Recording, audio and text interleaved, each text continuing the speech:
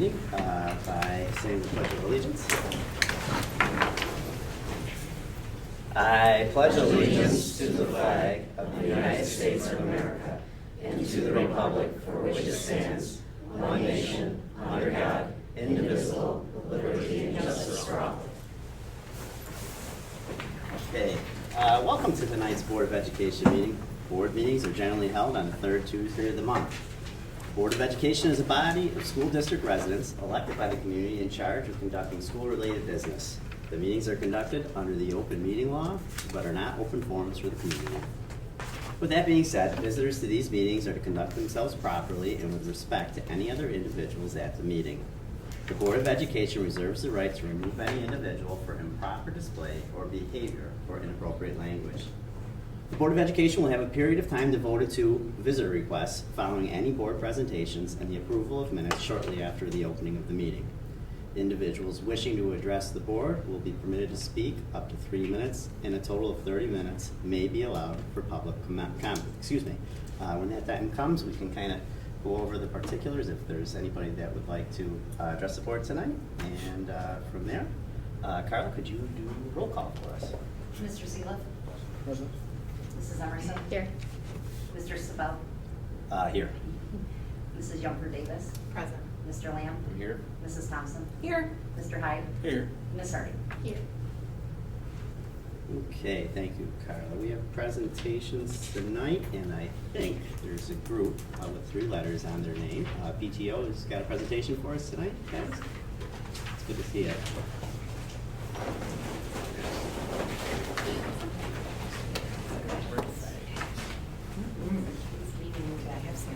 I don't know.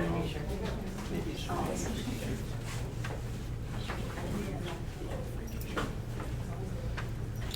Does it press from there? Thank you for having us this morning. So the OA PTO wanted to come and present to the board tonight to kind of let you know what we're doing. You can see we have some of our members here. We're going to go through and do some introductions.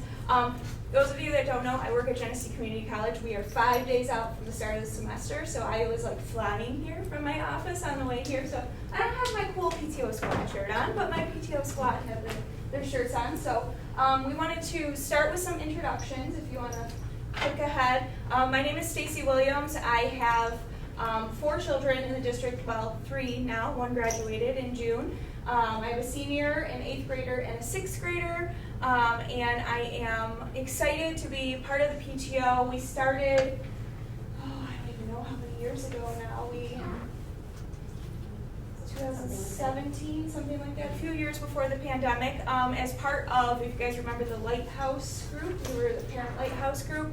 And it's kind of morphed over the years, so we just kind of want to explain a little bit about what we do. We have 15 members right now of our PTO, 5 of us which are here today. My name is Tanisha. I have 2 kids in the district. I have a 2nd grader and going on a 6th grader. Been part of the PTO for about a year and a half, 2 years now. And I do a lot of the tech stuff and the creative parts. I also have a flyer to hand out to you guys, and I'll let the next one introduce themselves. I'm Candace George. I have 2 kids in the district, but I also teach in the district, so I'm kind of a dual role, parent and teacher. And I just like being on PTO because we can bring fun things to our school for our kids. So it's just fun to be a part of it. I'm Tina Bach. I have 2 kids in the district, 4th grader and 6th grader. I jumped on board as well so I could be involved with the kids at school and bring fun things on and do great things for the district and the teachers, staff, administration. We just want to make things fun. And also our treasurer. Yes, also the treasurer. I'm Chrissy Maxwell. I think I might be one of the newest members out here. I came one time just because I was going to help make something for the PTO, and I thought this is kind of fun. They had a lot of great ideas, so I just decided I'd jump on board. I have a daughter going into 4th grade and also a teacher there, so I'm kind of like helping bridge the gap in the communication between our building and the PTOs. Well, we want to start out with explaining to you a little bit about what the OA PTO does on a yearly basis. So one of the first things that we started about 6 years ago was a school supply drive and closet. We started by just grabbing some donations, putting them together, donating them to the students. That snowballed into an Amazon list. We had people that were buying things off of it and donating it. And then our meetings are held at the Goose, so we work very closely with the Zila family as well there. And then that kind of turned into housing some of our supplies there as well. And now we work kind of together with them. Sue has a closet. Can you help me out with that a little bit, Tina? On that part? Yeah, this year she actually did a separate drive. She Yes. went through local churches. Yep. So last year she also did kind of a separate, so we helped the teachers halfway through. So this year she went through the churches, and like the giving tree at Christmas time, she had them do like a giving tree or giving board, which was nice to help the students. So, you know, when the students and staff start to run low, we started doing a mid-year drive for like the teachers now to help out there, since the students have been helped at the beginning of the year last year and this year. And then a good segue to that is that one of the things that we started this year that was very popular was the elementary and middle high school teacher wish lists. So what we did was we put something out at the beginning of the school year to all of the teachers in the elementary and middle high school building, asked them if they were interested to create an Amazon wish list, and that each month at our monthly meetings we would choose 2 teachers, one from the elementary building and one from the middle high school building, to clear their Amazon wish list. I wish we could clear it completely, but for $100 each. So we would give them a $100 gift card to spend to help purchase some additional wish list supplies. This was the kind of highlight, I think, of our year, because it was very exciting every month to help have teachers do this as well. Those of you that don't know, my husband's also a teacher at Oakfield. I've been trying to pull him to the PTO meetings as well, but he has kind of taken on the delivery of some of the Amazon wish lists. So he's like, I love it, because he was new this year to the school district, and he's like, I'm the guy that they walk in and they're like, oh, do you have the Amazon wish list gift card for me? So it has been a nice way for him to get to know some of the new teachers as well. So that was an awesome part of our year. Open house welcome crew was something that we did this year for the elementary school. We had the Sweet Alley's mini donuts and cider, and we were able to meet with students and families and parents at the front door of the open house. This is something that we are looking forward to expanding to the middle high school this year as well. So we will be doing it for both open houses. Wellness Day gift cards was something that we extended as well. For those of you that don't know, the elementary school does Wellness Days throughout the year. And Chrissy, do you want to explain a little bit some of the things that you guys did for Wellness Day? Yeah, so Lynn surprised us one day at one of our faculty meetings and just said, we've been watching your social media pages, and there was a teacher in the building who had said, I wish that kids had more of an opportunity to just come to school and play and learn what it feels like to lose in a game, and maybe to sit down and watch TV and have popcorn and cocoa. So she kind of declared that once a month we would provide a wellness day to our class. It could be pretty much based on anything that we thought our kids would enjoy, and we loved it. It got costly. For example, one day in my class, they wanted to do a slime making party. So then the Wellness Day gift card was useful. We were able to go out and buy glue for the kids, containers for them to take it home. All teachers did something different. One, during our Thanksgiving Wellness Day, we actually did a school-wide where all the classes made a float. We had a Macy's Day Thanksgiving parade.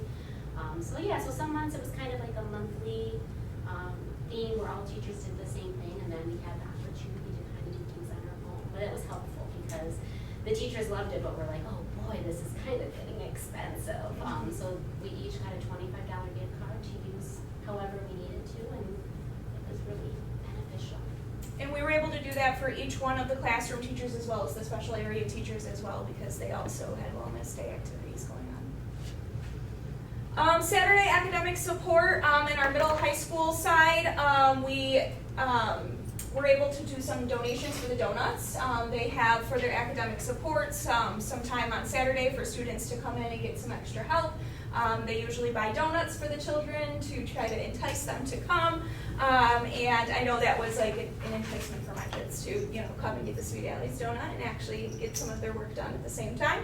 And so we were able to provide some gift cards, and then we were also able to get them a discount, correct? They were able Yeah, to they get 10% off when Mr. Peterson goes in Yes. for his orders. So that was exciting. The middle school holiday movie party treats, we donated some funds for them to have some treats for their holiday movie party. Holiday goodies for teachers and staff over the last couple of years. We've provided different, you can see different various, some cookies, some donuts, just some different cheer for the teachers and staff during a very busy time. Funding for assemblies. So this year we had some funding available for Jeff the Animal Guy. If you've never seen Jeff the Animal Guy, he's amazing. He brings all sorts of reptiles and different animals for the kids. So we were able to have him come in and do an assembly for our elementary school this year. We also have another assembly booked for this fall. We have, remind me of his name? Thank you. Eric Jones is coming, and he's going to do an assembly for both elementary and middle high school. Eric Jones, if you're familiar with Halloween Wars, he was on Halloween Wars. He carves the big pumpkins. So he's going to come in and do that for our students at both the elementary and middle high school this He year. is probably going to be doing the mascot just to keep it not just geared toward Halloween, but more of a harvest too. Yes. So I think he'll probably do like the hornet on the giant pumpkin, which will be cool. The Autumn Festival. Yeah, on the fest. And then staff appreciation is also something that we have been invested in doing. Each year in May, we try to provide a luncheon for all of our staff, elementary, middle high school. We've done a bus driver breakfast. We also try to include our bus garage and our the buildings and grounds crew as well. Just to kind of appreciate our staff for all the hard work that they do throughout the year. We've had a food truck come. We try to support our local vendors and try to get different local caterers to come in and help us out with that as well. And then we had a bounce house at Field Days this year, which was exciting. And then there's a lot of different volunteer opportunities. We come in not only ourselves but also students that help us out during open house, grandparents' day, parents' day lunch, a lot of different activities that we have going on there. And then field trip support. So a lot of times we have children that are going on field trips and the grade levels might need a little extra support so it's not as costly. You can see this year they went to a baseball game. We helped provide some funds for that. New this year was a senior breakfast. That was really exciting. They had a senior signing day and we provided a breakfast to all of the seniors and their families. We're hoping that's a tradition that we can continue for the next couple of years. And then we have a community garden as well. This has grown over the last couple of years. We have volunteers that sign up every week. Tisha, do you want to talk about the community garden a little bit? Sure. Give them an update on that. Everything's donated that we put into it. We design it and then we'll harvest it, we weed it, and then we have a stand there that people can just come from the community and select off of it what they would like to take home with them. There's no real limit, but it has grown exponentially this year. We have everything from a strawberry garden to lettuce and herbs. The lettuce, the groundhog likes a lot, but we're working on that. But it's been great. It's been really great. We have kids involved. I know a lot of us bring our kids there to do it with us, to either harvest or plant or even weed. Kicking and screaming, they'll do it. And also to do the vegetables when we harvest those. We have a water system set up, and this year we did straw over everything, so it helped with the weeds and held in the moisture better. But it's been going really great. We have a lot of space to use, and that's been pretty awesome. Bonduelle, the new name of the company, donated us the property, and they actually put new soil in this year, and they just help us out a little bit, which is awesome. So if you're not familiar where the location is, it's right in front of the canning factory in Oakfield, and it's kind of between the parking lot. This is the bowling alley right here. So the parking lot of the bowling alley right in front of the canning factory area. And our stand is right outside the fence there, so it's free to any of the community members to come and take whatever produce they are interested in. So it was started to help with supplying produce originally for Yes. the pantry. Yep.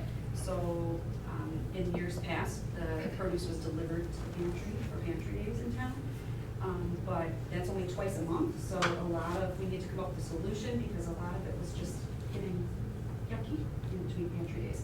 So Tanisha donated her stand for the site, so now the pantry families have been invited to go to the stand so they can pick it up anytime they want to. So it's nice and fresh. And then you can see here our expenditures. I am going to turn it over to my colleague here, Chrissy, who is going to talk a little bit about how we have all these expenses, all these things that I just talked to you about obviously cost money. So where do we get the revenue for these expenses? This pie chart kind of breaks it down a little bit. You can see we've spent, on the blue side here is what has gone towards our elementary folks. Red side is middle high, green is both, and then yellow is our miscellaneous expenditures there that we have for just the overall management of the PTO. But one of our goals is to continue to keep making this even so that the expenditures are going across all of the different districts, all the different grade levels, our district and all the different grade levels of the students here. And then Chrissy's going to explain a little bit about the revenues and where they come from. So when I started, I remember our goal was to have enough money to give teachers a nice lunch during Teacher Appreciation Week. And I remember thinking, if we could just raise enough money so we could thank like our staff and our bus drivers and our custodians once a year, that would be great. Thankfully, this year, I don't think we had to say no to too many people who asked, could we help them in any way? Just because we've had some successful fundraisers. We also had, thanks to the Lamb family, they donated their pumpkin stand earnings to us last year, which was a huge help in being able to help other groups in our district. But one of our, I think, most successful fundraisers that we've done for the last 2 years is we brought back our Turkey Feather Challenge. If you have kids in elementary school, you probably have heard about this. Each teacher, each class gets a turkey. They dress the turkey up. They can disguise the turkey in any way. And then every dollar brought in, you get to add a feather to your turkey. So we had turkeys that started off in spaces so small that we had to expand and move turkeys over because these feathers just get so big. And the kids get so excited walking to lunch and seeing them grow. This year, it was really cool because the littlest ones in the school, they won. The preschoolers won, and we actually, we turned a little twist in. We had a lot of grade levels that were really close, or we had a lot of classes that were close. So towards the end, we combined grade levels, and we said the winning grade level would receive a pizza contest. So our pre-Kers and all of our 1211 and 611 classes, we combined them into one group, and they ended up winning the contest this year. We also have currently a school spirit store. It's not technically a fundraiser. We're not making any money off of the website. It's just a website that we're trying to, I guess, expose our name more to our community members. And it's open all year long. So if there's a sports school store open at one point, obviously you're more than welcome to order from them. But we noticed last year at Christmas time, there just wasn't anything open at that time. So we just have it open all year long. And as the seasons change, we add knitted hats to it. We've done the senior mugs, we've done blankets, and as requests come in, we can keep up doing that. So if there's any ideas floating, we'd be more than happy to add something to that. The picture in the middle is from our Lamb ladies with the amazing donation last year. And this coming year, we are in the beginning stages of planning a Harlem Lizard visit. Tracy Schlegg came to our meeting last week, and we talked about collaborating with the student council to have the Harlem Lizards back, hopefully mid-March, as we work out dates that work for our buildings. But that's going to be one of our big fundraisers this year. And then we have a teacher night. Mr. Fiskus, you did not break the ice cream machine that night, right? That was just a rumor. It really didn't happen. Yeah, the big teacher night was something we had done years ago, and for whatever reason, it stopped. I think COVID is to blame COVID for a lot. So this year we said, let's bring it back, and we had such a great turnout. Grade levels donated baskets. We had a basket raffle. McDonald's, they did a 50-50 for us. And then of course students could pop in and have their teachers serve them beverages and meals. And then at the end of the year, we did a walk-a-thon. So we talked about how a lot of fundraisers these days are not very affordable to a lot of our families. So we had talked about a walk-a-thon, meaning just find somebody that could sponsor $1. I mean, most people these days could find $1. So the goal was to try to find 5 people that you know that could sponsor you $1, hoping that kids could come in maybe with $5. However, our winner in the middle came in with, was it $400-something? So we definitely had some kids that went beyond the goal, and it was around Memorial Day, so we used our red, white, and blue patriotic theme. Our goal, I know you keep saying elementary. Our goal is to try to do some fundraising in this building next year. So if you're a middle high school teacher in the room, or somebody who might be interested in trying to be our go-to person, the middleman, that's our goal this year with fundraising, is to do it in both buildings.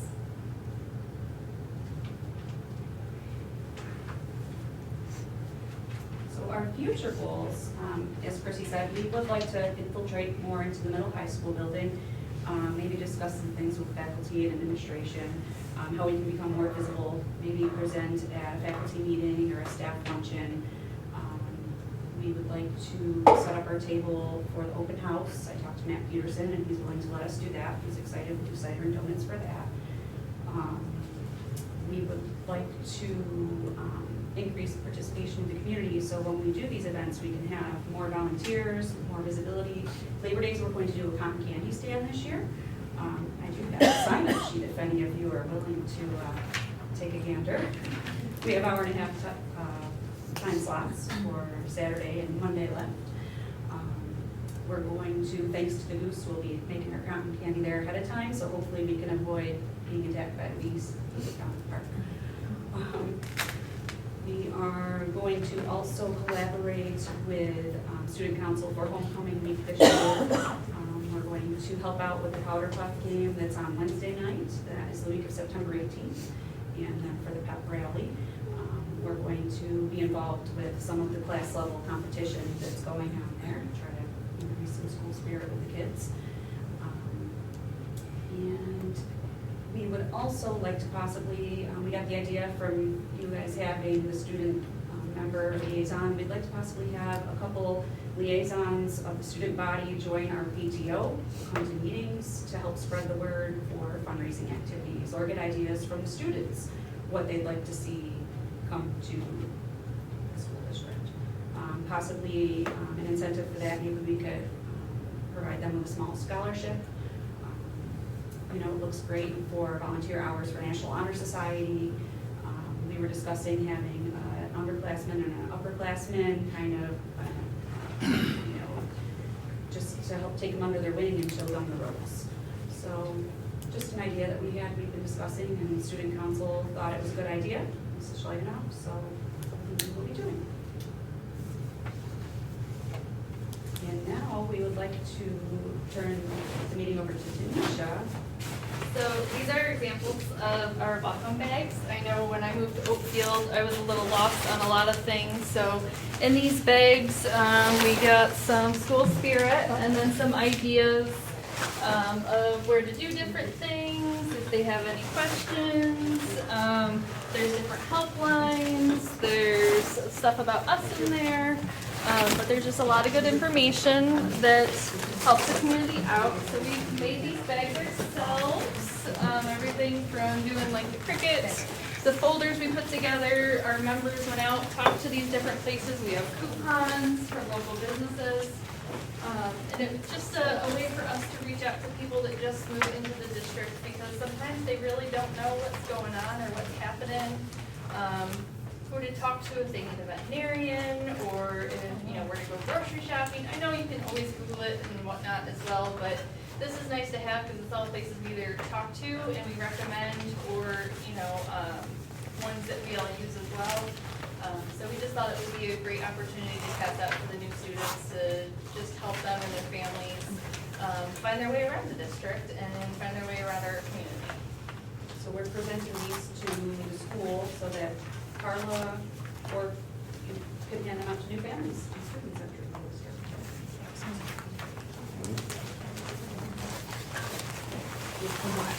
Full filters. Any questions?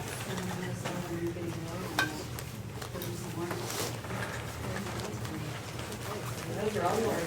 So your meetings are, it says here that the next meeting is September 14th, and is there a specific, like, can we mark it on the calendar when? Normally, we try to stay not messing up with any of the other school things that are going on. Tough to do. It is. Right. So normally we're the first Thursday of every single month, but I know in October, there's something happening the first Thursday, so we moved that one as well. So both of them are on there, but we're normally the first Thursday of every month, 7 o'clock at the Goose. We try to have Kim push out an announcement Through before, parents. like a couple days before each meeting, Yeah. and changes or whatever.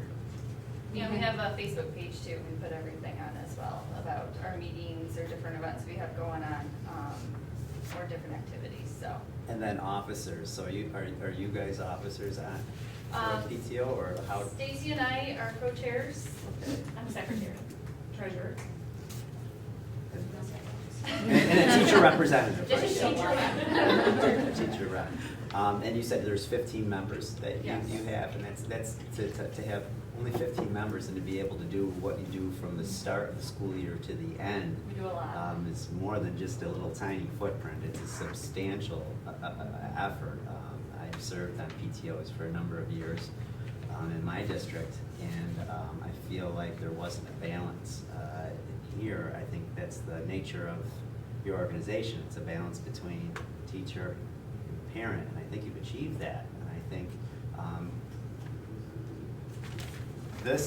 things like this are way beyond what your typical PTO is going to do. I think, unfortunately, they're dying organizations, and I mean, you guys are proving quite the contrary. Yes. I had no idea. I mean, some of the wellness days my kids really look forward to, and some of the other things I've been aware of, but I had no idea about We some want of to this be stuff. more visible to everybody. We want to, we've been working on branding, like our shirts, just making us more approachable. So when we are at different community things, somebody's like, oh, PTO, how do I join? Or have any questions, we can answer those questions. But just pushing out and being more visible to the community, the parents, the teachers, and just letting them know what we have. We would like to do a faculty meeting. I know both for middle high school and the elementary school as well. We want to get out there and just, see if we can get a teacher or two from middle high school to join us. I mean, it's not like we have to make every single meeting, and it's a small time slots that we always look for. When we do volunteer hours, it's usually anywhere from like half an hour to maybe 2 hours at the most. So it's not like we're asking people to give up days, weeks, months of their time. I know some of the other organizations, once you're in, it's a ton of work and you have so much to do, even when you have a lot on your plate. This isn't a ton to do, but yet we make such a huge impact in our community. And speaking to the branding as well, this is actually a picture of it. We had a banner made, and we're trying to put our banner up at every event that we have. So this was on the food truck when we brought it. It was at the assembly when we had it this year. So we try to put it up so that people are kind of aware when PTO is involved in activities. And for those of you who know Tracy Schlenoff and Pete Bueller, we have recruited them. So we have a little bit of infiltration into the middle high school now. And we need that communication network if we'd like to get up there for fundraisers and for assemblies, just to spread the word to the kids, because we all know how middle high school kids are. They really don't care about Ice cream. yeah. To get them on board for turkey feathers is not going to happen. So, when we told them, we know they're both very, very busy coaching and families and school. So even if they can't make the meetings, they said they would try, and like Tracy just came to the last one. We just want to be able to push information out to them and, have them help us with, but administration has been great. Carla's been wonderful, Mr. Fiskus has been wonderful, Mr. Peterson up here, so thank you.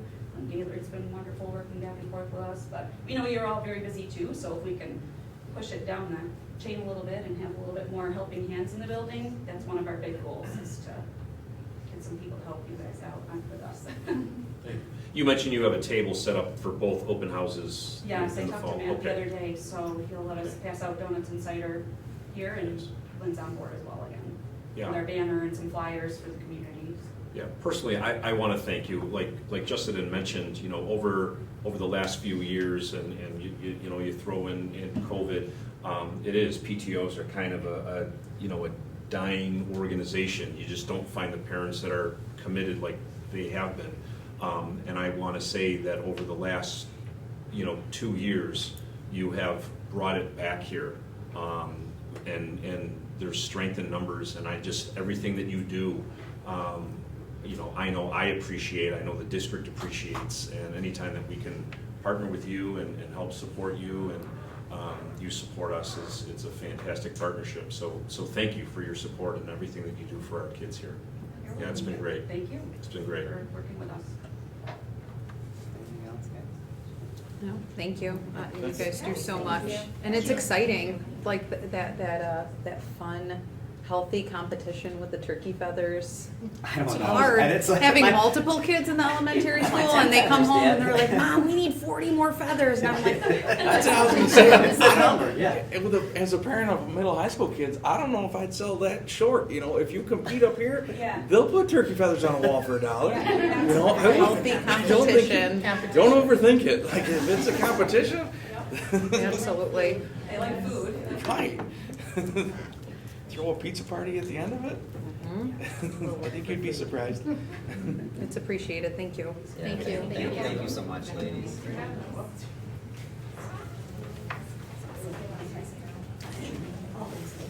I will leave this here in case any of you are enticed to sign up. You can pass it down. Smart girl. You can have someone. You're welcome. Thank you.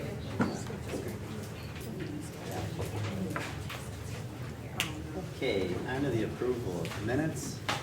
Be it resolved that the minutes of the July 25th, 2023 regular meeting be approved. Can I get a So moved. Can I get a second? Second. Any discussion? All in favor? Aye. Opposed? Motion passes. Okay, on to visitors' requests. Carter, do we have visitor requests tonight? Okay. Jill Ackerman with CSEA. Okay, Jill, before you take the floor here tonight, I'm just going to read you some guidelines that we're hoping that you can adhere to. You've already stated your name, I think it's Ackerman? Yes. Yes, okay, so welcome tonight, Jill. We're going to ask you to be so concise so your message can be delivered. It says a 3-minute time frame here, but I don't know if Matt's watching the clock tonight or not. He is now. He would be the one, it is. I got my wrap up. Unless others are going to be speaking tonight from your unit, but if so, then that's okay as well.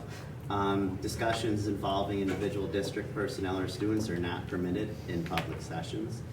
Matters involving district personnel or students should be addressed with the administration and not during this time period.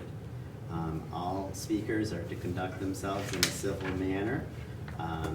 Obscene language, libelous statements, threats of violence, statements advocating racial, religious, or other forms of prejudice will not be tolerated. Tonight, we're present to hear your comments, but we may refrain from commenting until we have had the opportunity to thoughtfully reflect on what you have said. If your comments require a response from the board, we will follow up with a response in an appropriate manner as soon as we can. So with that being said, the floor is yours. I can do all of that, I promise. Yeah, go ahead. Jill Ackerman, CSEA Labor Relations Specialist. I'm here on behalf of the membership tonight. I know that the PTO left, but I do want to say that that's an incredible benefit that you guys have to your district. It made me get warm and fuzzy and think, wow, I really want to do this. Even though my son is grown, I have grandbabies, but kudos to the district for having such an organization. I do want to talk tonight about the board about the current contract negotiations that are happening. We're all aware that that's happening. We have been at the table. We are now further into impasse at this point. However, I do want the board to consider taking one last look at the proposal that I think is the largest stickler for us, both sides. The hiring of new folks at a higher level. Currently, we have contract language that talks about folks that are gonna be hired, if they're gonna be brought in at a higher step, they can't be brought in, sorry, there is no steps right now. At a higher rate of pay, it can't be any higher than a current employee in that title. The district is seeking to change that. Our concern is, what happens about that person that has been a teacher aide, a mechanic, a bus driver, any of the titles, that maybe had 10 or 15 years experience prior to coming to the district, but were hired 5 years ago, 2 years ago, and weren't given that credit. Now, the district would have the opportunity to bring in somebody off the street that may have that experience and get a much higher rate than your current folks. What we ask is the district to consider the retention of the current employees here, the fairness, the equality to them, and recognizing the strength for those folks and their experience. I'm a parent, I'm a grandparent, okay? I want the best for my kids. I have no doubt that every single one of you are here for the kids. I have no doubt about that. But as a parent and a grandparent, I also want to make sure that the kids have the best support and staff. A turnover is never good. We don't want to see turnover for the kids. You know, and the district has the opportunity to take care of if there's a poor performing employee. But we want to make sure that the folks here are given the respect and the opportunity to know that their experience is valued. The contract language that is being sought to change would not impact the current employees. It would only impact new employees coming in. That's a concern for our folks. Our folks aren't making a ton of money, right? They're not out, they're here for the kids. They're not here necessarily for the money. The money helps pay the bills.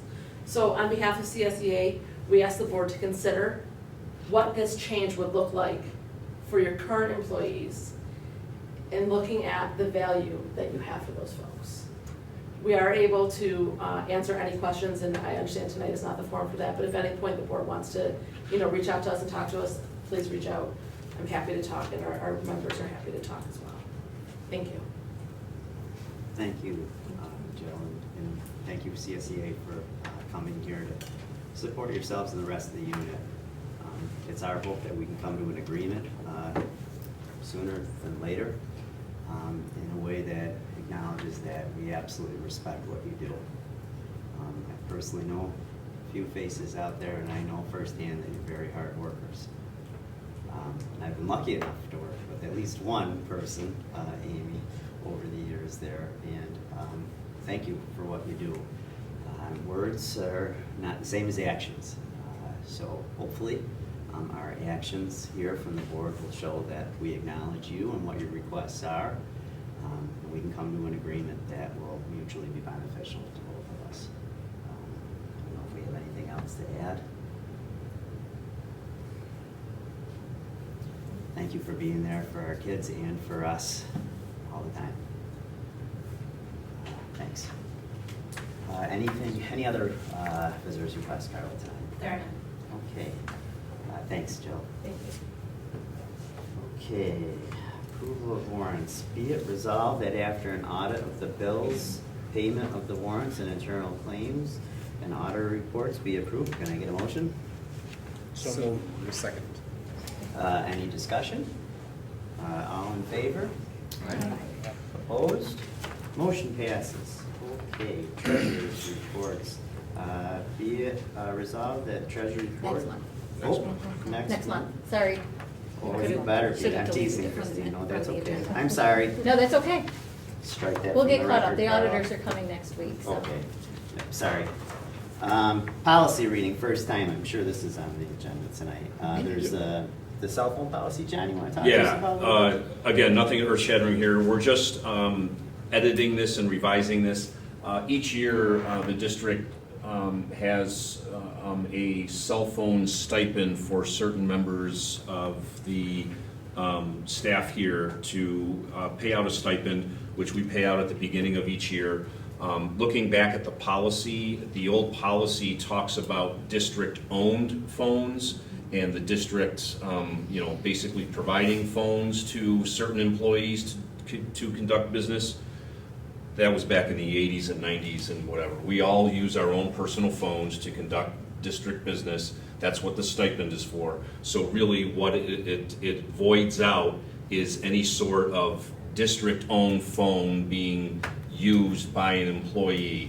The stipends stay the same, the job titles are all the same. We're just eliminating the part where we offer up administration and certain members of the staff here a district-owned phone to conduct business. We just don't do that, so, you know, like I said, nothing earth-shattering here. It just happened to pop up, and we realized that nobody has a district-owned phone. We all use our own. So we just figured we'd update that policy 20 years ago. It's another 2006 one. Yes. Right? My Yep. goodness. Yep. So, Must have but been we haven't increased stipends or anything. We're, like I said, nothing crazy. And it's the there. same people, it's the Correct. 13 stipends or something like Correct, that. correct. So the dollar amount hasn't changed?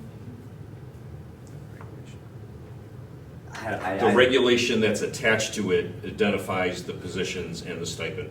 Nothing in there has changed. It is actually part of their contracts as well, so. Right. Yep. So then there's just some ticky-tacky stuff, like where it's at effective June 18th, 2020, would that be changed? Correct, yeah. Okay, to the current date? We added a couple positions, because Right. we added the director of CIA. Yeah. That was just part of the regulation, but now we're going back and just changing the wording of the policy, because we really don't offer a district, we don't have district phones to give to somebody for use. Well, yeah, it's like a lot of the stuff that's been crossed out seems like it was the accounting for the actual cell phone itself. Correct. Upon termination or whatever, they return the cell phone, and that, if we're not handing a cell phone out, then that is language that does not need to be included. I don't know how much we have to reread this one, guys. Are you feeling, do you have any major questions, guys, at all? Or That very last line there, something about district-owned cell phones, probably just gotta get crossed out on that last. Which one, John? It would be in the regulation, it's the very last line on the page, still says something about district-owned cell phones. But other than that, at the whole bottom of that list. Where do you see it? Oh. Below the list. Oh, Right under yeah, principals. yeah. I'm sorry, Oh. scrolling down, yep. Yep, Gets me every time yep, we can do a phone, and then we can strike that. Right, and then the staff, such as athletic coaches and field trip supervisors. Yeah, we don't Don't. offer them a stipend, they just have their own phone, so we would strike that last bullet point in the message above with that amendment. So we make that amendment, and then we come back and approve it next month? Yep. Yeah. Yep, okay, so, I don't think I have to make a motion for that. Nope. All right. So just, we'll fix that up, John, and then we'll approve it next month? Yeah, or with your permission, knowing that we can just eliminate that, I mean, if you want to approve it now, so we don't have to wait a whole nother month. Yeah, then I can let's vote do for it. that then. Yeah, let's do Okay. that, unless, are you okay yeah, with that? Yeah, as long as that one, The last part there? on the that last- regulation, 5321 gets eliminated, that last bullet point. The staff such as athletic coaches, Yes. that point, okay. Yep. Pending the elimination of the line, the last line here, I make a motion to approve. Will somebody make a motion to approve? So moved, Thank you. Justin. I'll second that Thank you. motion. Any more discussion? All in favor? Aye. Opposed? Motion passes. Thank you for the Do help. you have that, Carla? Okay, just I don't know if I do, Carla. but I- everything under the principles, that last bullet point, we just eliminate the, yes. On the regulation, Yep. yeah. Thank you. Okay. And is that the date change as well? Yes. I'm Christine. Reports. Yeah, on the reports.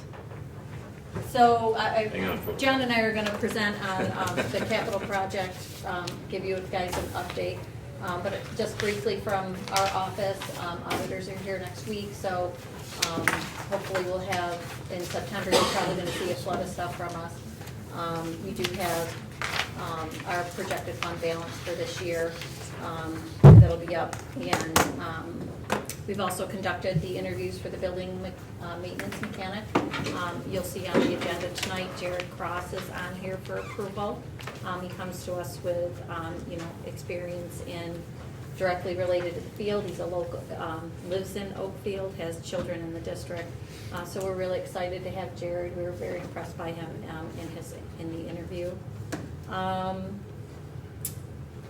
Also on the agenda tonight, you're gonna see the seeker for the playground. So that's there, and John and I are gonna present on the capital project.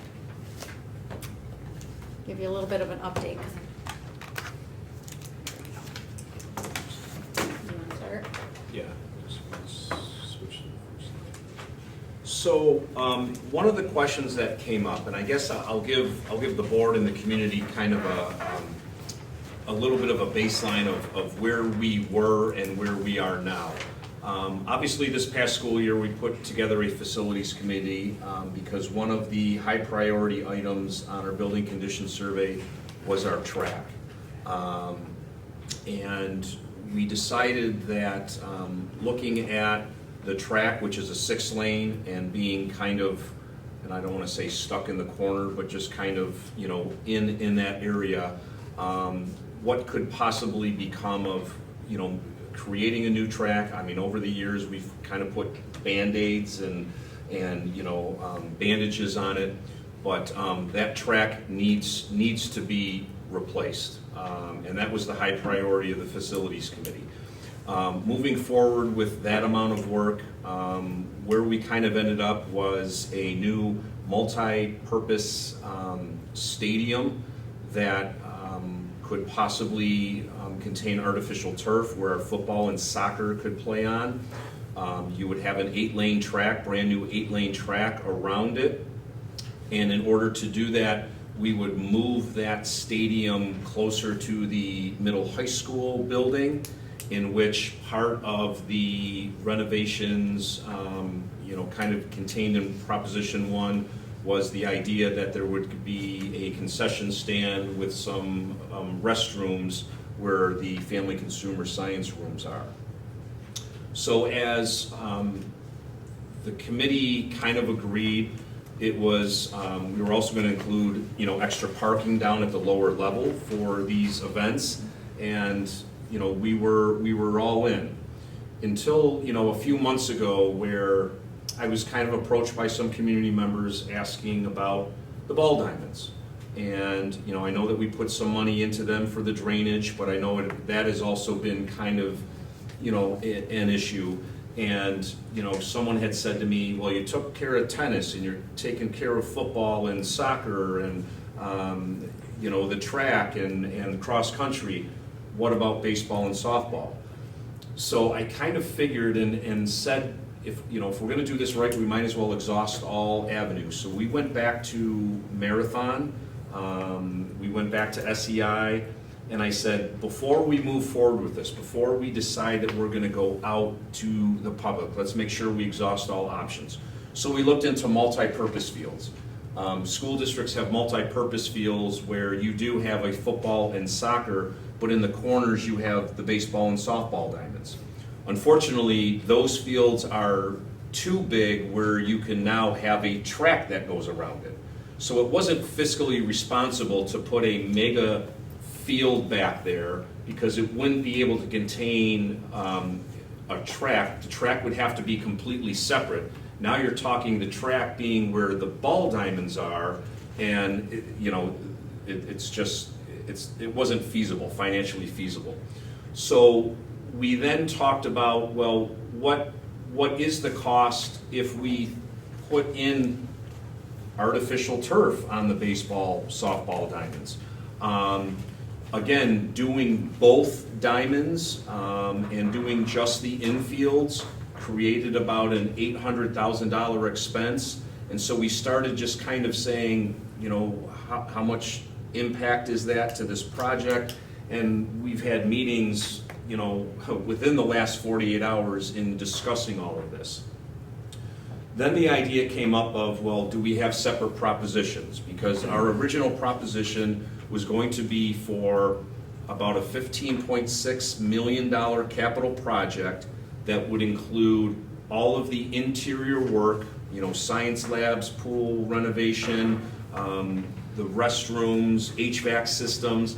That would all be tax neutral because it would be within the footprint of this building. And to go out with, you know, with the recommendation of the facilities committee, to the community for the multi-purpose field, stadium out back. We would make that a separate proposition because there would be some taxpayer impact that we would have to get from the community. Someone had approached me about, well, can you throw the ball diamonds in there as well? And so we had some discussion about, do we make that another proposition? So there would actually be 3 propositions. And then the question came in of can we vote for one or the other? What if one passes? What if one doesn't? The information that we received, and it does make sense to me now, is based on some, I don't want to say commissioners' rulings, but their opinions as far as capital projects go, that you want your propositions to be dependent on one another so there is not any voter confusion. So for an example, if we were to go out with 3 propositions, the first one being $15.3 million tax neutral, and then we had a second proposition for the new stadium, and let's say the third proposition was for the ball diamonds, we would have to have Proposition 2 pass before we ever looked at the voting of Proposition 3. Because there are certain different tax impacts. So for an example, if Proposition 3 is dependent upon Proposition 2 being voter approved, and we knew that the tax impact of Prop 2 was $100 a year and the tax impact of Prop 3 was $25 a year, voters know that if they vote for Prop 3 and it passes, their impact is $125 a year.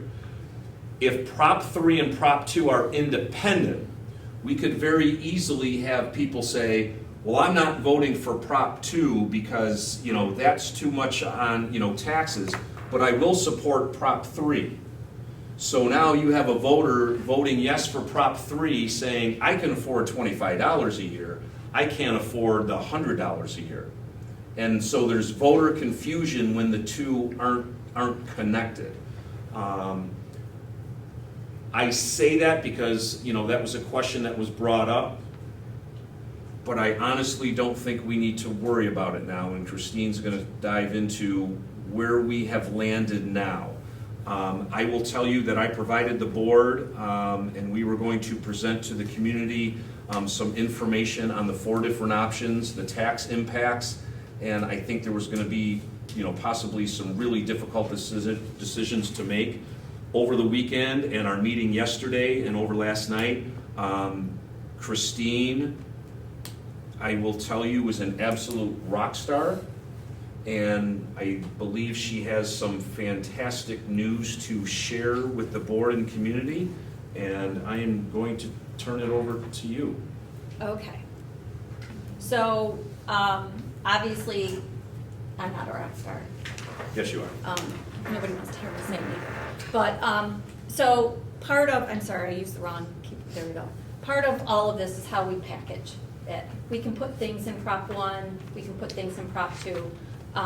What we end up with is probably gonna come out in the next month or so, okay? So right now, what is in what proposition is not defined exactly, okay? We can try and package it with everything's, this is tax neutral, this has a taxpayer impact. We will work out all those details. What I'm gonna try and present to you is, it's kind of looking at option 4, which is everything, which is doing the ball fields, doing the stadium, doing all of the work inside, which is a overall $23,065,000 project, okay? So I'm gonna try, I think it'll be easier for me to explain it to you from an overall thing that way than it is to kind of talk about them individually. So, I'm gonna present to you the worst case scenario. This is the one where you guys got the other day, that was this information regarding the $23 million capital project. The way it was presented in that documentation is a $23 million project, $2.3 million with the assumptions of $2.3 million in the reserves, meaning that we would bond $20,695,000, and our net local share, after building it and everything, would be $6,441,068, okay? Over the life of the project, okay? Obviously, our goal is always keeping our debt service and building aid level to minimize the impact on the tax levy. Given this scenario, our total principal and interest is $28 million minus $21 million in building aid, leaves a net local share of $6 million. Annual net local share, on an average, would be $429,393. Sorry, that's a period. Is that a comma or a period? My eyes are bad. Yeah, it's like a period. It looks like a period. It's $429,333 or $393. The tax impact, the example I used was the worst case scenario, was the town of Alabama was $176. Okay? So it would be $176 a year on a $100,000 house. Okay? These are calculations that were based on working with Maggie from Municipal Solution, who is the real rock star, not me, in getting us these numbers. That is our worst case scenario. But in looking at things and having further conversations and questioning some of the numbers with Maggie and saying, what if we did this, what if we did that, what if we had this option available to us? We came back, I had her run some different numbers, and I'll explain how we got to this in an overall manner.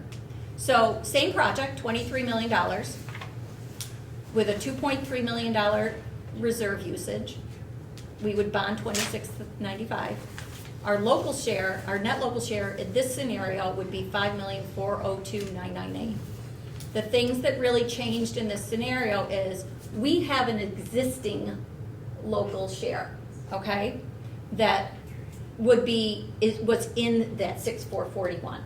So the impact of this new project, so we're already supporting that with a 0% tax levy, right? We didn't go up last year for an increase in it. So our current budget is currently supporting 1 million of that 6,441,068.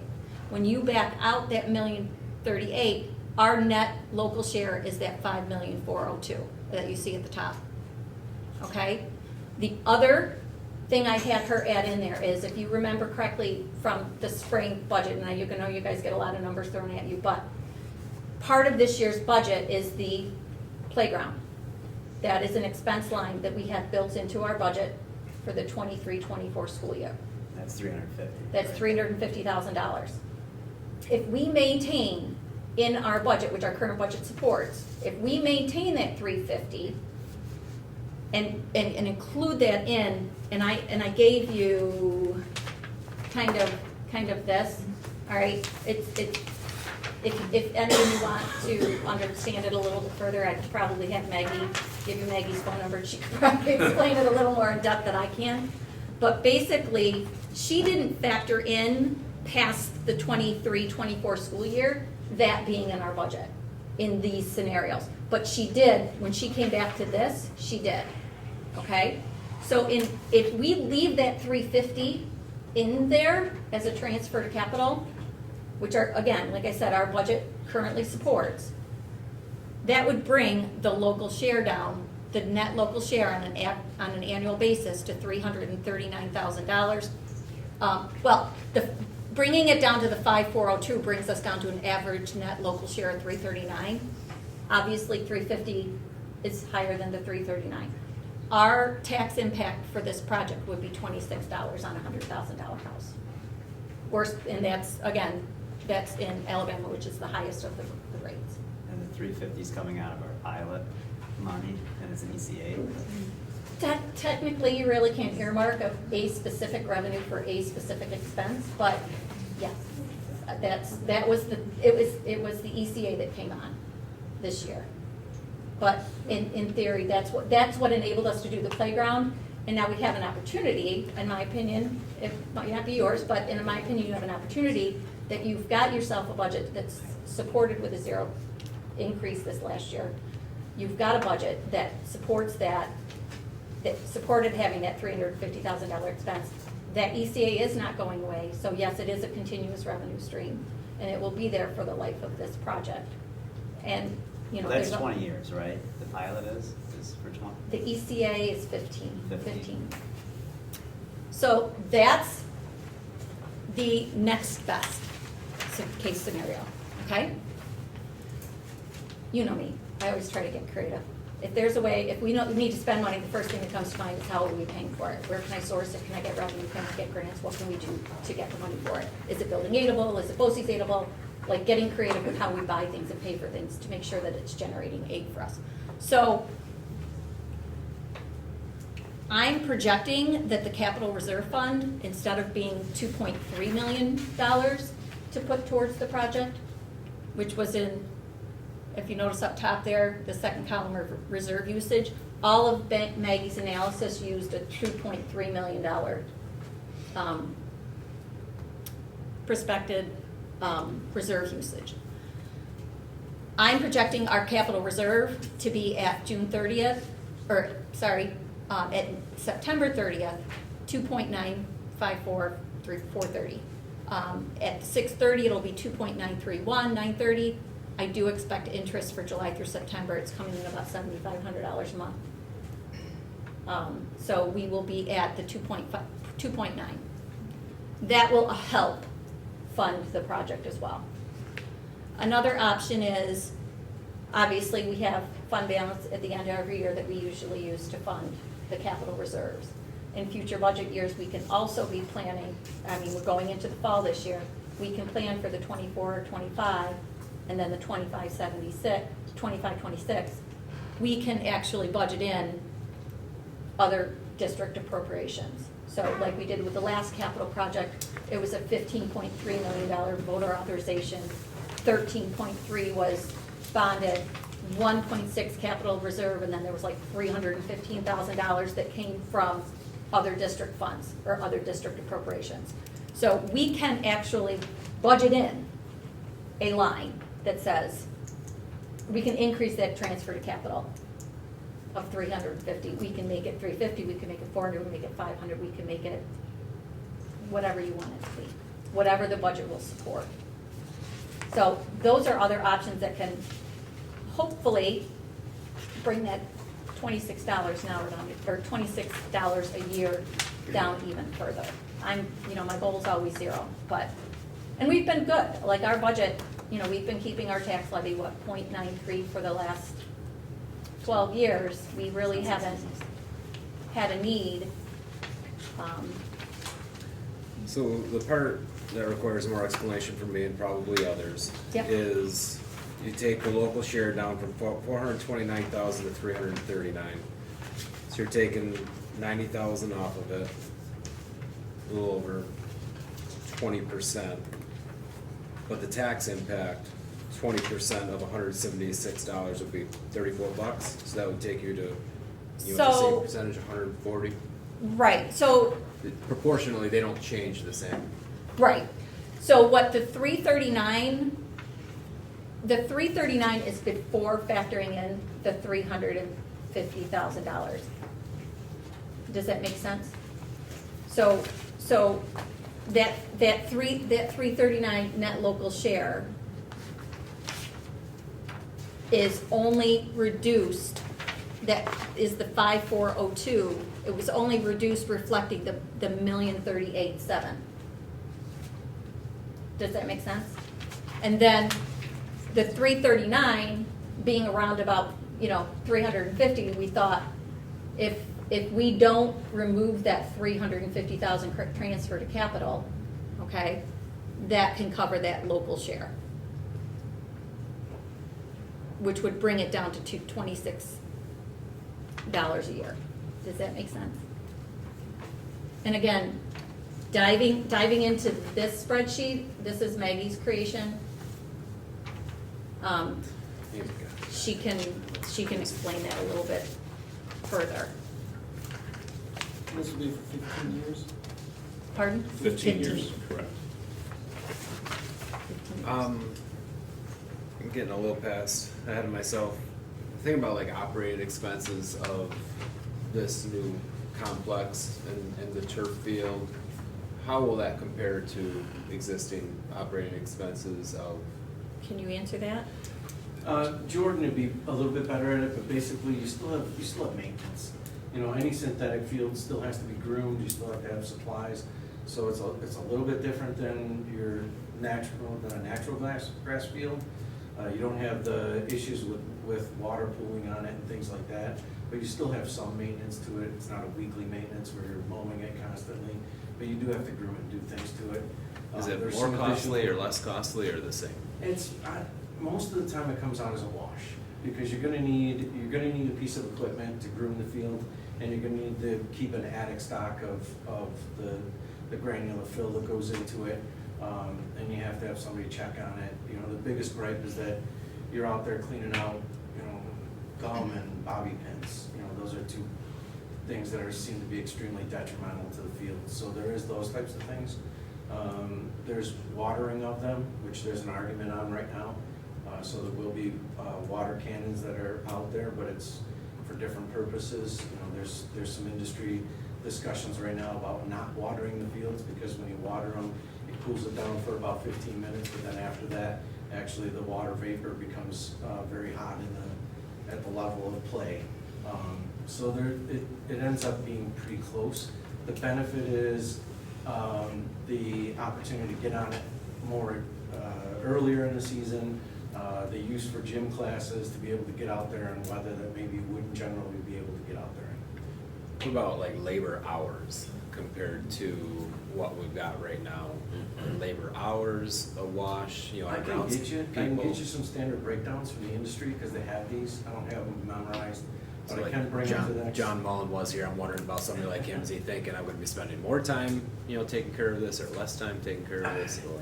So, Yeah, and that's for another day. Yeah, I mean, we'll make sure we bring them back to you guys on the next Sure. one. There's industry standard charts to compare them and give you the data. It's a good conversation with Jordan too. I'd like to have the input, because Sure. it's based on your staff too.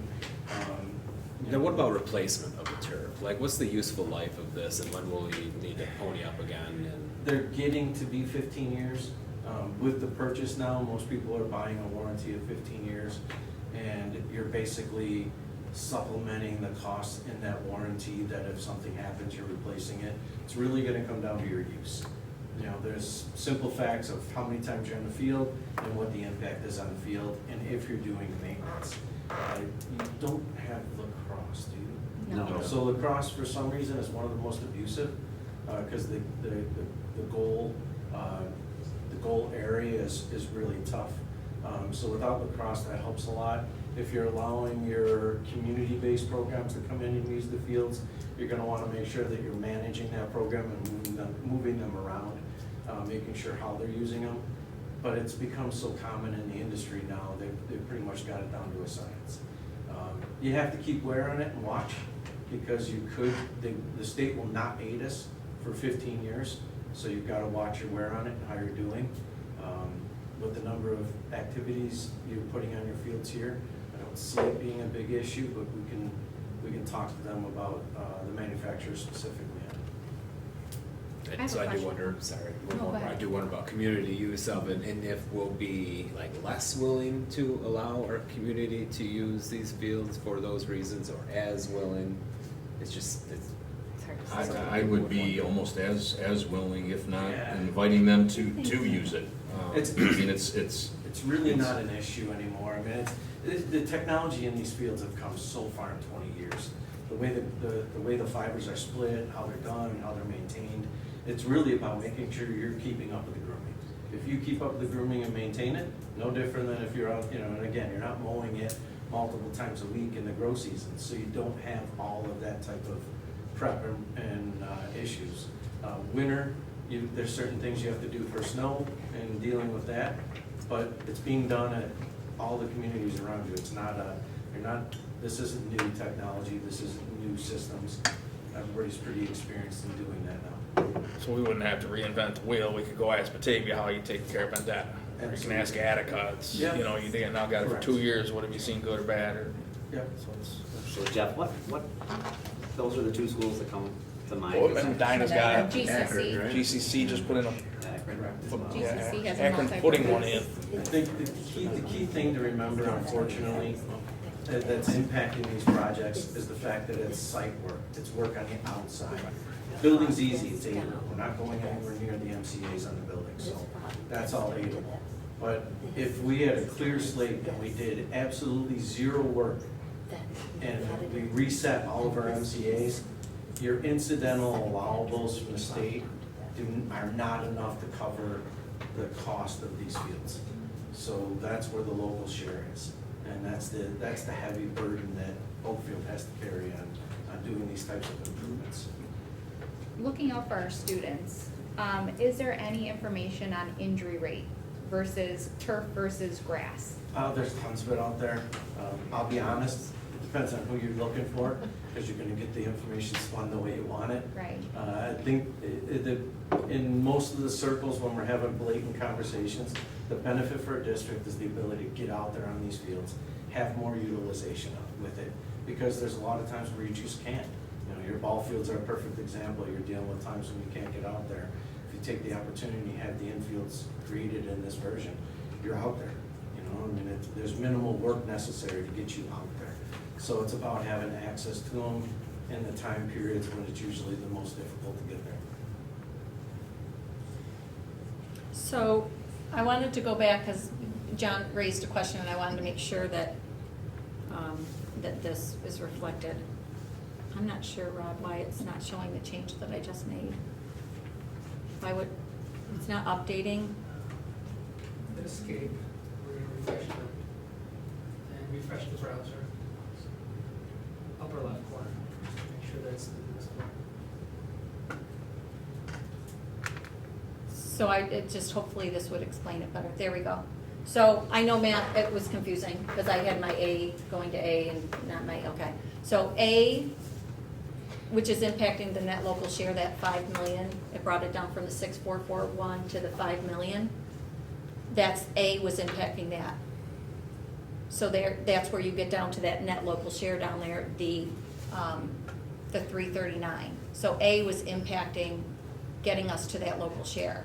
Getting us to the 26 was also including B, which is the continuance of that 350. Does that make more sense? I think I had that, my reference. So this Hi. this is the background information for the way the 350,000 impacts that. Is that?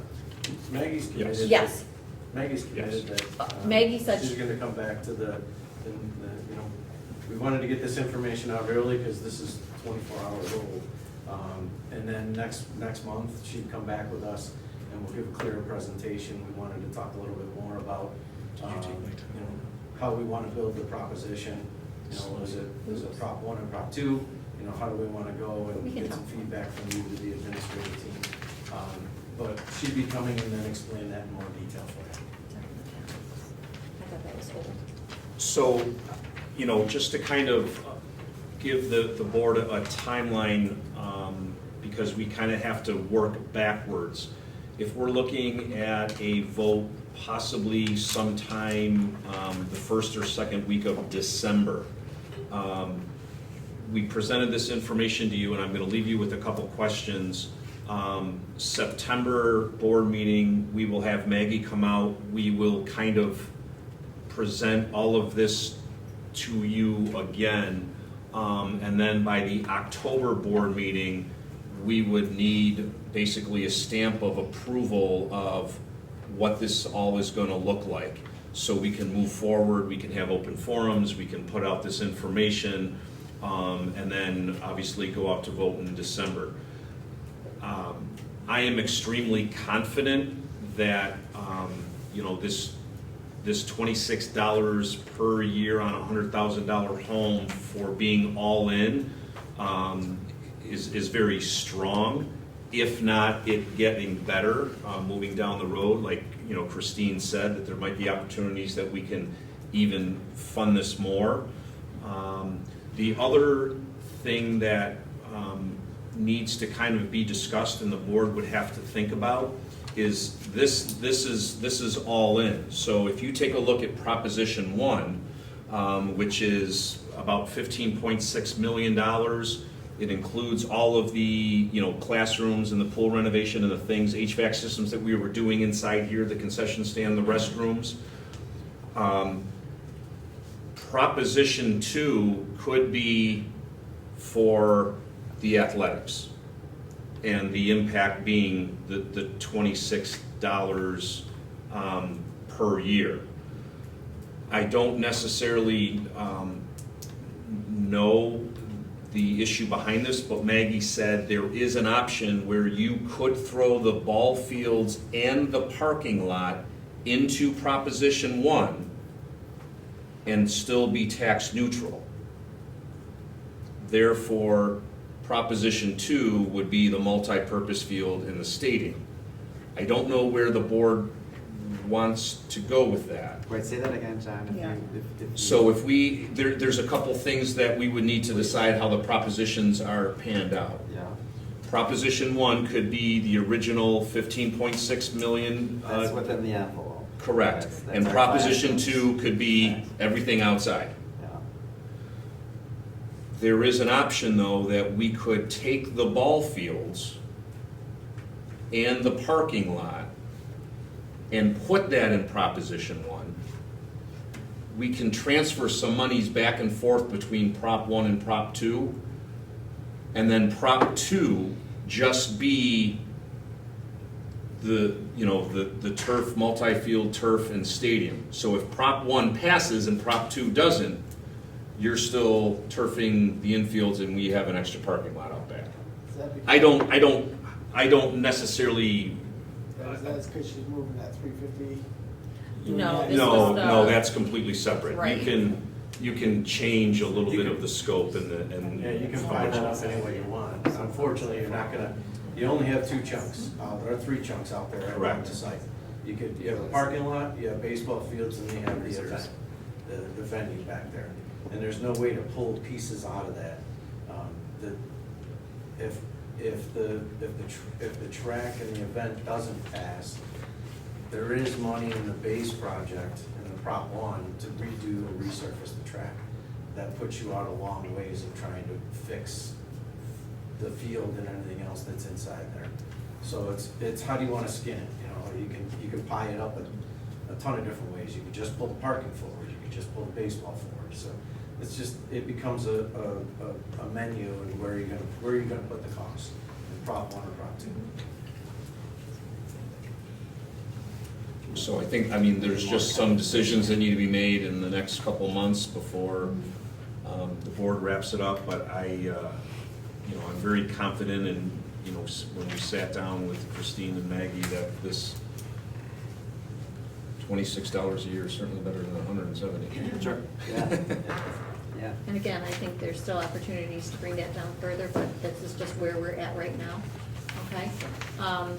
Looking at a December vote, backdating from that, there's things that have to happen in, October, at the October board meeting, at the September board meeting. So everything, we can provide you guys with a timeline for that, but, I wonder for your next meeting when you're gonna be, talking about the numbers, if, would you invite your facilities committee folks in on that are on the board? For those that wanna get into the weeds a little more in the numbers and maybe not, bore everybody's time. Yeah, I think that would be pretty important, because I've got a drop down list of questions I have right now in my mind that I just don't think we have all night to answer. well, and if you shoot those over, we can send those to Megan, have her, and SEI, whoever can answer those questions, Sometimes have them questions are prepare. the discussion though, Right. They happen in real time as, you're fleshing it out for us. Yeah. So. But she can make sure she's, if you have a scenario in your head that you want her to run numbers for, she can prep for that, that's all I was thinking. Would be So- great if you could make it available, and if it's. Oh, she doesn't said fit- she's gonna be here for September, are you talking a separate meeting? Well, Yeah, Facilities committee? yeah, so there's a few of us that serve on that committee that maybe, if you've got 3 of us, maybe 1 or 2 would be able to attend. Sure. Just in the back of your head, the one concern that I had, and someone may say, well, why are you deviating from just the original project? Why all of a sudden now throwing in the ball fields. Why is that? Anything that doesn't get done in this project, you are going to wait another 5 years. So it was kind of interest to me of saying, okay, what happens if we do include it? You know, what happens, I mean, obviously the stuff that happens here within the building is coming from the building condition survey, and they're high priority items, and we're addressing those. So, you know, to me it was, if we're gonna move forward, and kind of think about when we did this parking lot out here and the bus loop, instead of, you know, addressing that, you know, you're gonna be waiting another 5 years. So why don't we talk about throwing in the ball fields, and what does that look like? And that's where over this past month or so, we were just getting a lot of questions and financial answers on all of this. And currently, you know, this is where we're at, so. These guys, I don't know if you can answer it, but 5 years ago, if we were to try to do this, what's the difference in cost from then to today versus if we look today, 5 years from now? Escalation was about 3 to 5 a year, so I mean, you're 20% less probably. I mean, I can get you. That was gonna be my guess, give or take 20%. So 5 years ago, it would have cost us 20% less. Yeah. So 5 years from now, it's gonna be. who knows, right? At the rate of everything else going up, it's probably safe to say more than that. Correct. You know, and that's a decent chunk on a big project, so. John, do you get a lot of inquiries from the community to use the stadium, the fields? No, I mean, on a daily basis, I see just people walking the track. Sure. You know, it's open. I mean, Little League football actually doesn't really use the field. They use, you know, the space behind the middle high school. I feel like your softball, baseball fields are busy, between Yes, local yes, teams, more so teams. than the football field or track. Than Darien Lake, right? Yes, they Host use that for a couple tournaments. weekends, yeah. I think our ball fields are used much more. But understand, you know, an 8-lane track instead of a 6-lane track, and, you know, having a multi-purpose field that is of regulation size now, you're gonna get inquiries if it goes through of other people coming here. I mean, we could be hosting sectional, you know, events here. So this could potentially go well beyond a school complex. This could truly become a community multi-use sports complex. Correct. Absolutely. With the amount of youth sports that we have continuing to grow in this community, baseball, football, even soccer, cheerleading. There's so many sports that they're looking for places to practice and to host games. Could benefit from that could this. benefit from. Right. And, you know, and I still smile every time I go out there and I see people playing, you know, pickleball on tennis courts. You know, they don't necessarily ask, and hey, it's here for your use, Sure. and enjoy it. Matt smiles because, you know. I never but- even heard of pickleball. Really? But it's popular, and there's people out there all the time, you know, playing, so. First time I heard was in a board meeting, and somebody goes, "We're gonna put pickleball in there," and I'm going, sure. I had to Google pickleball. I was like, But yeah, the ball diamonds are the most frequently asked about to use, you know, from other communities or whatever. Are we utilizing our town ball fields at all? Like if these are flooded, are we utilizing the town? Do we have access to that? Because they've got some beautiful fields down there in the town. They're not the same dimensions. They're not the same dimensions. No, those I'm not a ball are, player, those are but- T-ball, Little League, softball you could probably overlap. Okay. But they're not the same dimensions, Okay, so they wouldn't, it's like apples to oranges comparing them. got it. There. Because I mean, if we have access to these beautiful fields, I mean, Yeah. redoing these would seem kind of subpar to having access to other fields locally. Yeah, no. It's kind of they're- redundant. Yeah, they're different from what the Little League has Okay. versus up here. Would You know, that but- be something that they could use these fields for? Can Could come up and some of practice that on 'em. move up here? Yeah, I mean, the kids Yeah, like would be practice. graduating out of Little League that would next year play modified or JV baseball. You know, at the end of it, come up here and say this is what the big field looks like, because. And we do. Yeah. We come up here and practice, Yeah. our U12 teams do. Okay. Yeah. but having the last few years run 7-on-7s and stuff all through Batavia, I mean, starting in June basically with football, I mean, it's every week. I mean, so that's something that could be probably held here or alternated back and forth, just to get people coming through town, stop at one of the restaurants. I mean, so I think when people look at it, really it's got to be seen as an entire community thing. I mean, the more people that come in, I mean, business owners in town and all that stuff really have to look at it. People, there's been, there was 5-6 teams per week in Batavia running 7-on-7s from June, once a week at least. So, I mean, that's something I think, we could do here.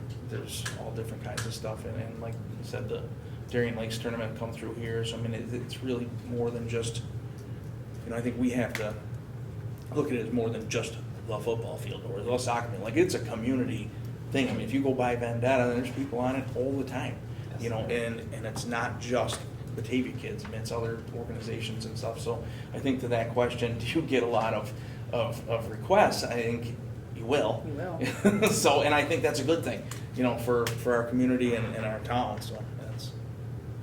You definitely have graduation on there. Right. Right. So.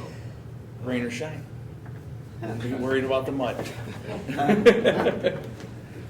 Thank you guys for doing all this legwork. It definitely is nice to see different options that are available and help us get a better picture of what costs could be and how we could possibly package this in a way that's more palatable. I don't know, John, if you have any. I'll just be real quick. Last week we had a very successful new teacher orientation. Thank you to Connie for spearheading that. The mentees met with their mentors. They went on about a 2-hour bus tour of OA. Lots of information to give our new hires, and they're going to be set and ready to go next week, which is opening day next Thursday from 8 to 3. I have no idea where the summer went. We are doing a full district kickoff with everybody here. And then there'll be some building level and department level meetings following, the open orientation. And then there's some trainings and PD in the afternoon. And I'm happy to say we just have one more teacher vacancy to fill, a middle high school special ed vacancy due to us moving some staff around.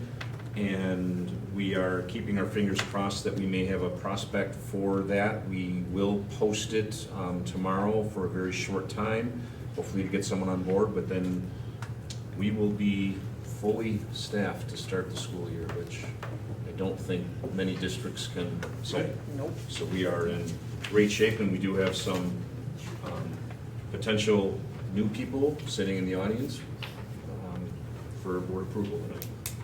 Other than that, that's it. Let's go. Okay, thanks, John. We're going to skip right down to, I believe, Rob. We're going to let you pass this time, Amy. I think we won't have to visit Amy.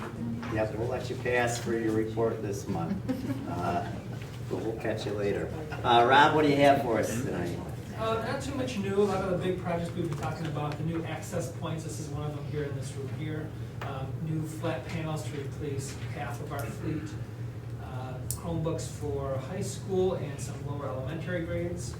A virtual server, which replaces some things in the server closet. So a lot of the big ticket items that we're looking at now are those behind the scenes pieces that not everybody directly sees, but you'll feel it and you'll know it because more throughput on the Chromebooks with the internet. I can't talk about Parent Square. I recently, I guess I could say it, I went to my home district, Parent Schools, to speak to the superintendent about why are they not using a tool like Parent Square that Oakfield's been using. And it baffles me, and obviously they're a bigger school, but it baffles me that they're so worried about their rollout, about having everyone accept it as a tool. They asked us about our rollout. I said, we did it in March of 2020, during the middle of a pandemic, when I couldn't see our teachers face-to-face, or our parents face-to-face. But it worked, and now it's probably our #1 platform that we couldn't live without. So I think that speaks volumes to how well it works and how well it's being accepted. And I know as a parent in that district there, I'm baffled by just today I got the 4th same message from the high school principal that we already saw. And I'm thinking our parents here don't have to deal with that because you can control how much or how little you get notified. Text message, robocall, app, email, whatever your choice is. So that kind of reminded me when you guys were talking about open house earlier in this evening. I'll once again have that table set up for our Oakfield people to come in and say, I'm getting too many notifications, or I'm not getting enough, whatever the case may be, and we'll hone that down so that the end user really has that choice about how much in the loop or not in the loop that they want to keep. So I have to say thank you to John for coming up with Parent Square in probably January of 2020, and us actually pushing it out and having that being our kind of our pride and joy for being able to communicate with parents for academics, athletics, music, you name it, from the classroom all the way up to the district office level and everything in between. So Parent Square's been a good piece for us. Thanks, Rob. CSCA, Heather, did you have anything for us tonight? No, it's a beautiful night out, isn't it? It's gorgeous, Yeah, yes it I don't is. have anything. We'll find out Thank later, I you. guess. Thanks, Heather. Trina, Adam, anything? We tonight? do this month. We're good. Okay, well, thank you, guys. Ms. Harding, No, I don't. welcome. Anything from your end No, down there? Just people are excited for fall sports and everything. I know they just started and all that, so that should be exciting coming up. Some scrimmages have happened and stuff, so. So you ready to go? Yeah. All right, well, thank you, Paige.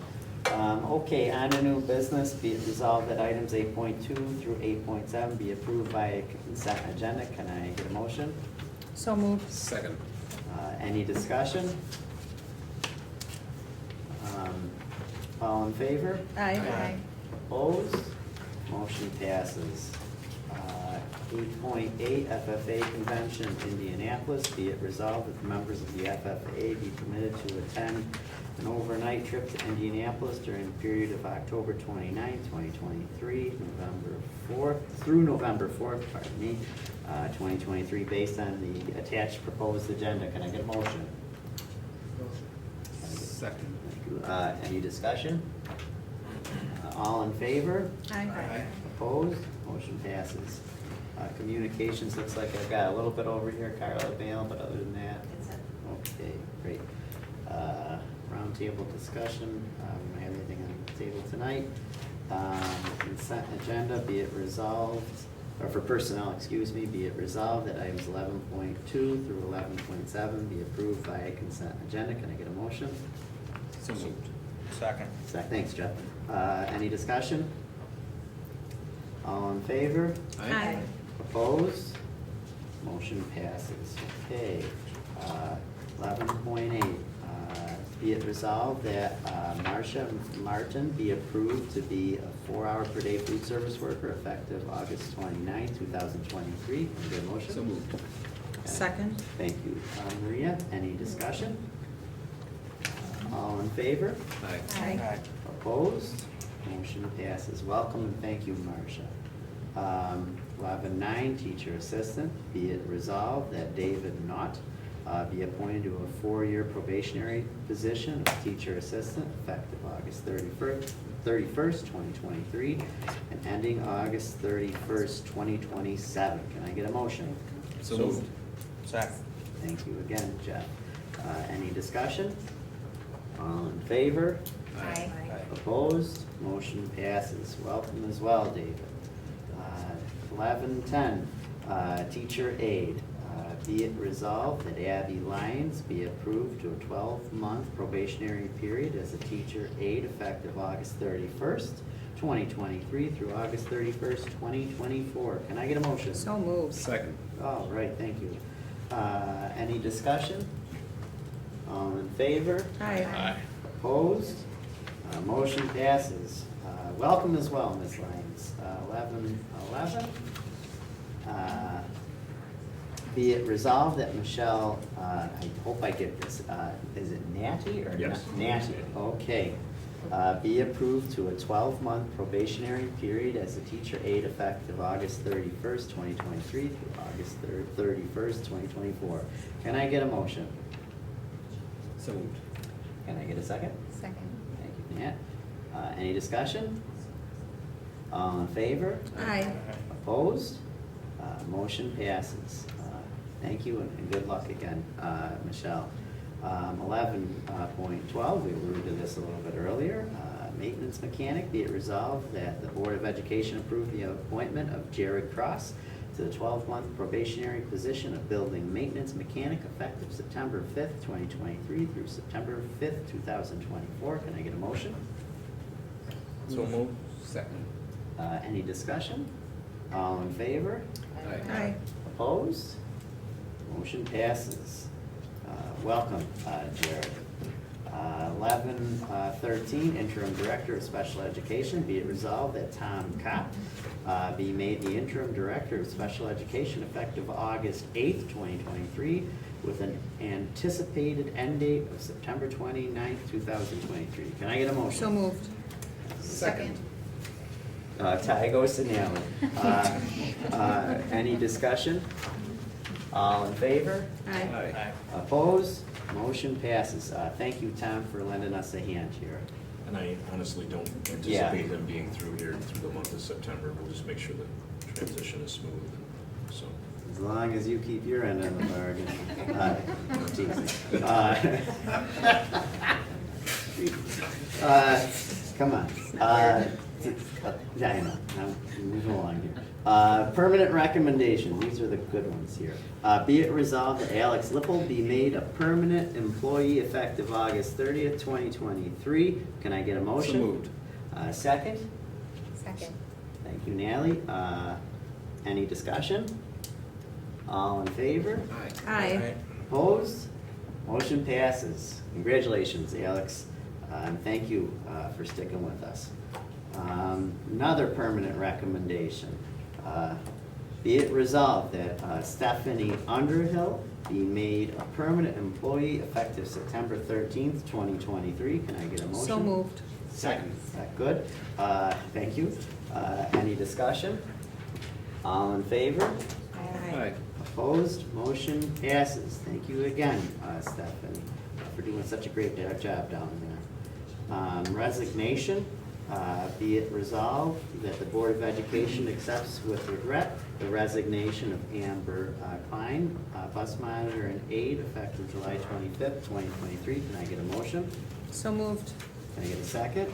Second. Any discussion? All in favor? Aye. Opposed? Motion passes.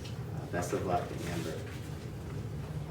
Another resignation here. Be it resolved that the Board of Education accepts with regret the resignation of Caitlin Palmer, special education teacher, effective August 17th, 2023. Can I get a motion? So moved. Second. Good. Any discussion? All in favor? Aye. Opposed? Motion passes. Okay. Speech therapist. It's you, lady. You were just here, weren't you? Didn't you hear some student teaching here? Yeah, and you behaved yourself. Okay, good. Be it resolved that Michaela Hale be appointed to a 4-year probationary of a 1.0 speech therapist effective August 31st, 2023 and ending August 31st, 2027. Can I get a motion? So moved. Can I get a second? Second. Great. Any discussion? All in favor? Aye. Opposed?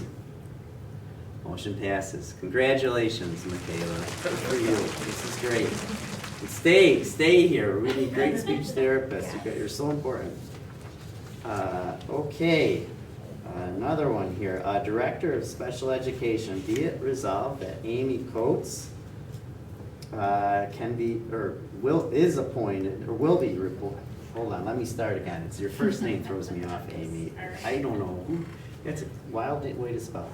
Be it resolved that, it really is, darn parents these days.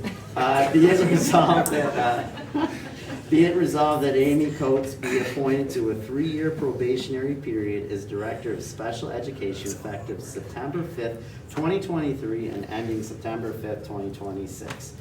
Can I get a motion? Thanks, Pete. Second. Great. Any discussion? All in favor? Aye. Opposed?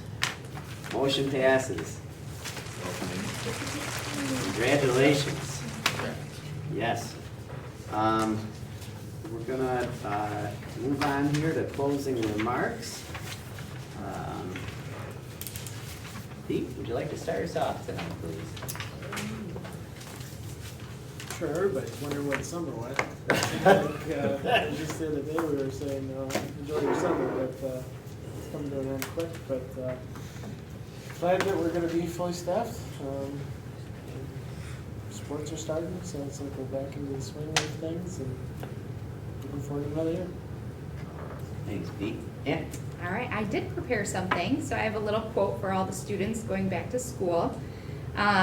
Jim Ryun in a Chinese proverb says, motivation is what gets you started, habit is what keeps you going, teachers open the door, but you must enter willing to learn. So kids, get motivated and excited about the start of school. Start some good habits, keep you on track, and the future is yours. So take what knowledge you are given and build your greatness upon it for the beginning of the school year. Good luck to you all. Thanks, Nat. You're welcome. Jeff? I'm not as fancy as that. That was fancy. Yeah, sorry, Jeff. I didn't want to go Good job, No, I would have to echo Pete. I don't know where summer went, but I am excited.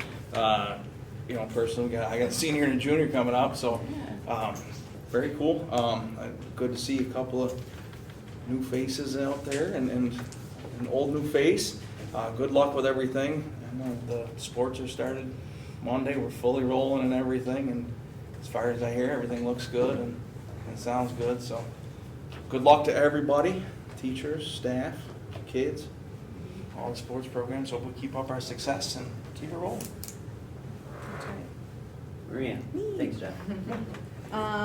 Yes, excited to kick off another school year. I work in universal pre-K, so for most of the families, it's the first time they're enrolling their kid and kind of letting go of their babies. And I always tell the parents that trust is not given freely, it is earned. I have 3 kids in this district. And I just want to say that I think it's pretty great that I look in this room right now. I just see so many people that I trust will love my babies every day and keep them safe for me. And I just think it's pretty special that we have a district that it doesn't matter what placement letter I get. It doesn't matter who my kids get for teachers. I just know that they're in the best hands. So I just want to say thank you for, allowing me to have that peace of mind, knowing that my kiddos have a good thing here at Oakfield. So thank you all, and all the best on another successful school year. Thanks, Maria. Mr. Land? Excited for the year, the changing seasons. Fall is my favorite season, so happy to see it coming. Thanks for all that attended tonight. As Maria said, we're grateful for all the employees of the district, and I know that you're hopeful for contract settlement soon, and we are too on the board. So we'll work towards that. The work on the capital project, that's interesting. A lot of numbers there. Quite a lot to talk about there over the next couple of months. So hopefully, we've got good guidance on that. We'll come to good decisions. Thank you. Just get me. Not on your life. I won't do it. I did it once. I'm still paying for it. Go ahead. Fall's coming. I love it too. Matt, you copied me. Anyway, summer, everything's changing, and I have a kid going to college Thursday. I have an 8th grader. I have a 4th grader. There's so many things to consider all the time. I really just have to remind myself and focus.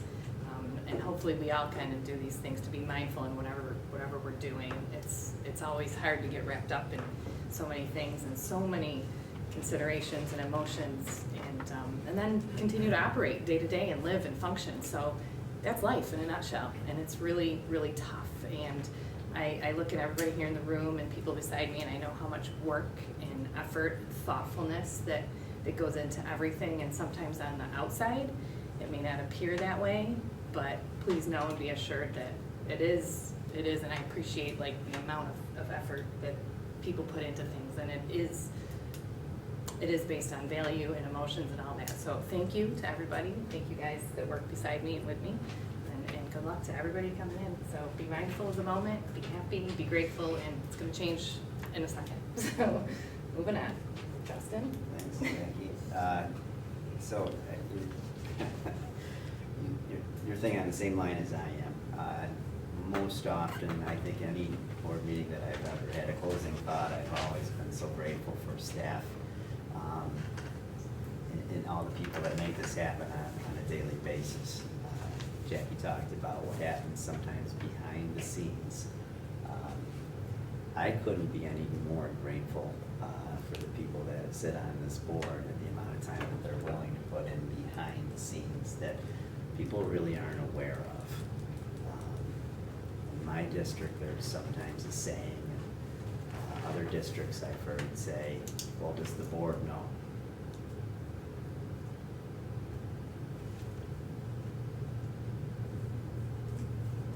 I'm sure many of you have uttered those words out loud a time or two.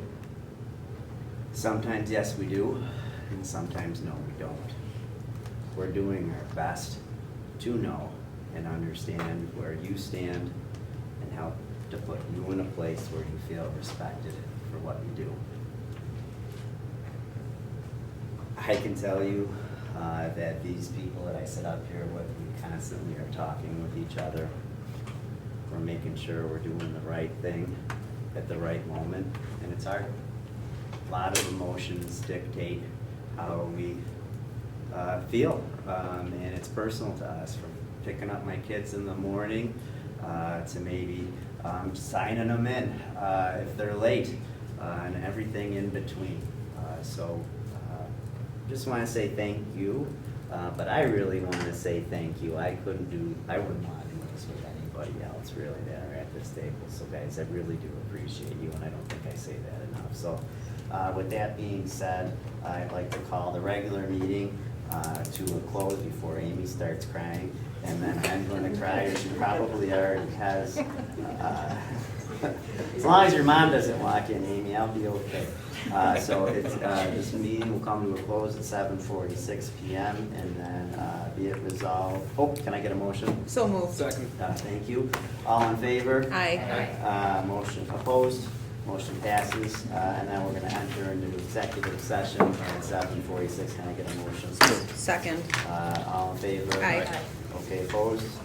Okay, thank you. And thank you, guys. Have a good night. Good luck.